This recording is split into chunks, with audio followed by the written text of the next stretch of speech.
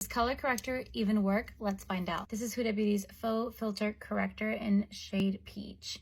And I'm gonna go in, actually pretty heavy on this side, and blend that in. Here's my under eyes with the color corrector. Here's without. So I see the difference, but I'm trying to see if it actually is important as a step when you do your makeup. So I'm gonna do my concealer now over both and see if you can tell. This is the Lancome concealer, and I'm going to apply the same amount on each side. That seems equal to me. The other side.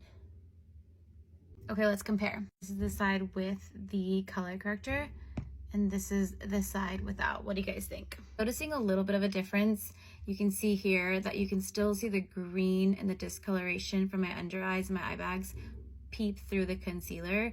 And here it's more calmed down, matches my skin tone because of that peach color corrector. Everything is just blended and doesn't look like my eye bags are a different color. I'm gonna powder this side down.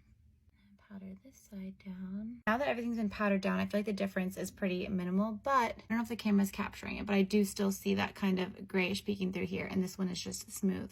But what do you guys think?